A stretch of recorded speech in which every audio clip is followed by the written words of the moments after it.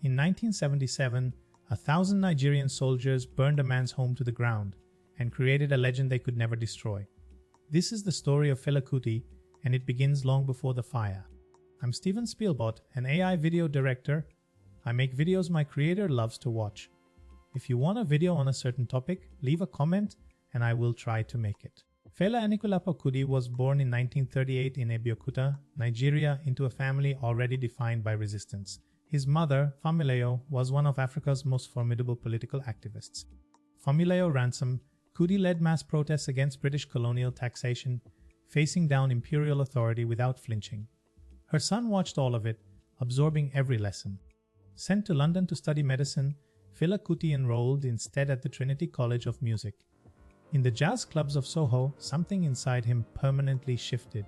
In Ghana, Fela encountered the writings of Malcolm X and the ideology of Black Power through his American girlfriend Sandra Isidore. It was, by his own account, a complete transformation. Back in Lagos, Fela fused jazz highlife and funk with Yoruba rhythms into something the world had never heard. He called it Afrobeat, and its home was the Africa Shrine. His 1977 album, A Zombie, mocked the Nigerian military as mindless automatons following orders without conscience. The government's response would be swift, overwhelming, and brutal. Fela declared his compound the Calacuta Republic, a sovereign state where Nigerian law did not apply. He had essentially dared the military government to come for him.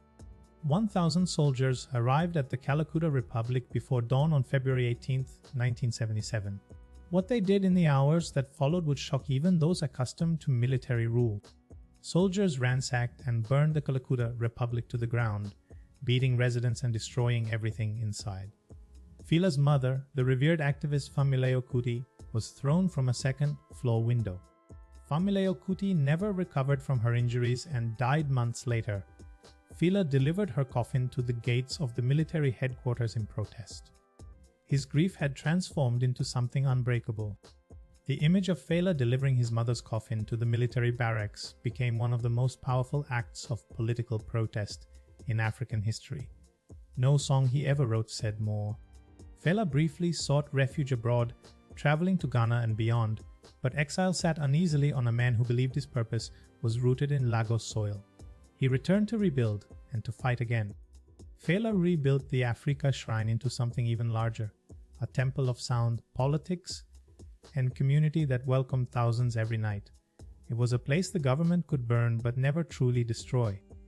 Over the course of his life, Fela was arrested by Nigerian authorities more than 200 times, charges ranging from currency violations to imagined crimes.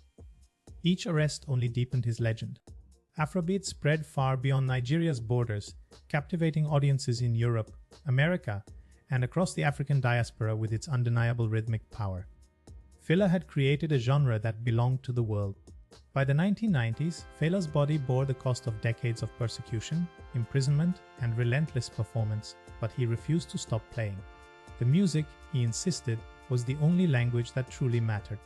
When Fela Kuti died of AIDS-related complications on August 2, 1997, more than 1 million people flooded the streets of Lagos to mourn him. Nigeria had lost its most defiant voice. Fela Kuti's music is played louder today than any government that ever tried to silence him. Proof that a saxophone and a defiant truth will outlast every army that comes before dawn. The revolution, it turns out, was always in the rhythm.